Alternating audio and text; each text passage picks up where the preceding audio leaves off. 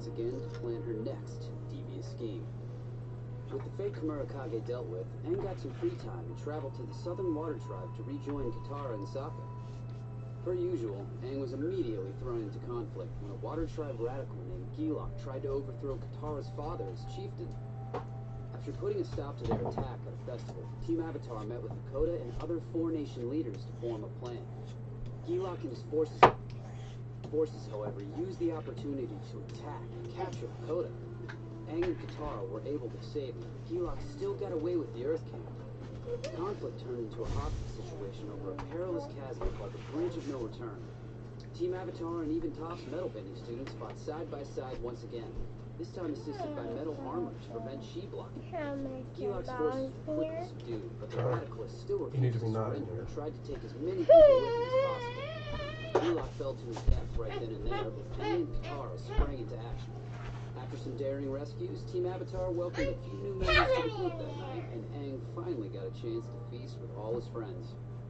Nearly 2 years after the end of the 100-Year War, the small town around Satoru's refinery had grown into a small city now called Cranefish Town. When Aang and Team Avatar came to visit, they hardly recognized the place.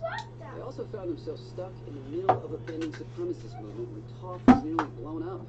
She managed to save herself with some last-second metal bending, but Team Avatar knew they needed to intervene. With some clever disguises and a sharp-looking wig for Aang, the gang infiltrated an underground meeting of the supremacists. The element of surprise was blown, though, and Toph lost patience with their leader Li Ling, and a fight broke out. The gang came out on top, and upon arresting Li Ling, Toph suggested to Aang that he take away her bending.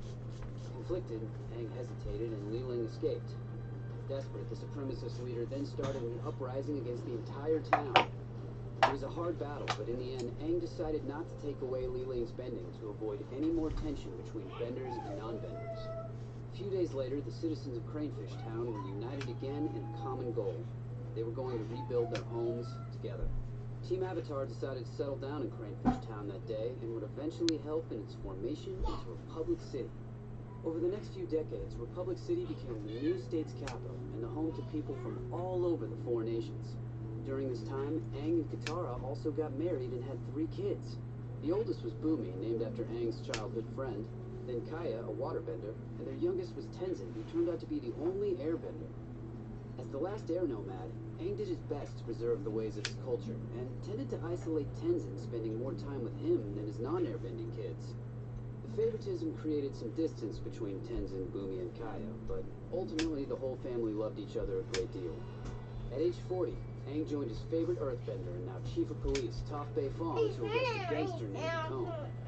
Under normal circumstances, I wouldn't get involved. But if what those victims said is true, you're not dealing with a normal criminal. Fine. Oh, yeah? Follow me, Twinkle Toes. Aang stood by as Toph easily took Yukon into custody, but they played right into his hand. After being found guilty, he revealed that he was a bloodbending master. Yukon then knocked out the whole courtroom, including Aang, and just walked out the front door. The Avatar state kicked in, and Aang eventually defeated the bloodbender by taking away his bending abilities. But the threats that faced Republic City were growing by the day. Did you poop, Connor? I didn't. It's over. Are you sure? While Aang had been protected by the Avatar state when he was frozen over a century in an iceberg, the years began to catch up with his body. Only in his early 60s, Aang's health was failing, and knowing he had a short amount of time left, Aang tasked the Order of the White Lotus to search out and protect the next Avatar. It wasn't long before Aang passed away, and while his legacy would never be forgotten, the Avatar cycle continued on. Only a few years later, Aang would be revealed to be reincarnated into a rebellious young woman named Korra from the Southern Water Tribe. I'm the Avatar! You gotta deal with it!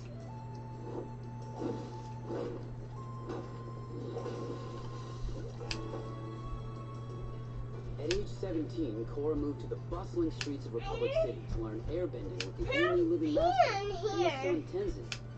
Tenzin's family had also grown to include several airbending grandchildren for the late Aang and a now retired Katara. Oh. Together, they all tried to teach Korra, but it didn't really go it well. off! So I'm gonna throw this in the trash! You go throw that in the trash. Dance like the wind! Be the leaf! Unlike Aang, Korra struggled struggled with the spiritual tenets of airbending and soon found herself in even deeper trouble with Amon and the equalist plot against benders. Plagued by strange visions, Korra eventually realized Aang was attempting to warn her about the truth of Amon. He was the gangster I Yu's need a son, new and diaper bloodbender. on me. It wasn't Yep. until after defeating Amon and fearing she lost her bending entirely that Korra was finally able to spiritually connect with Aang. Not now, Tenzin. I just want to be left alone. But you called me here. I have the selfies, please. Hey. You're finally connected I'm with your gonna play a spiritual game. self. With all of the past I'll be there in a avatars by minute. his side, Aang was able to restore Korra's bending.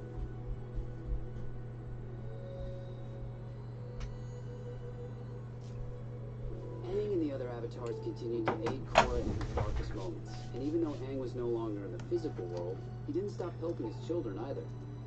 When Bumi, Kaya, and Tenzin traveled to the spirit world,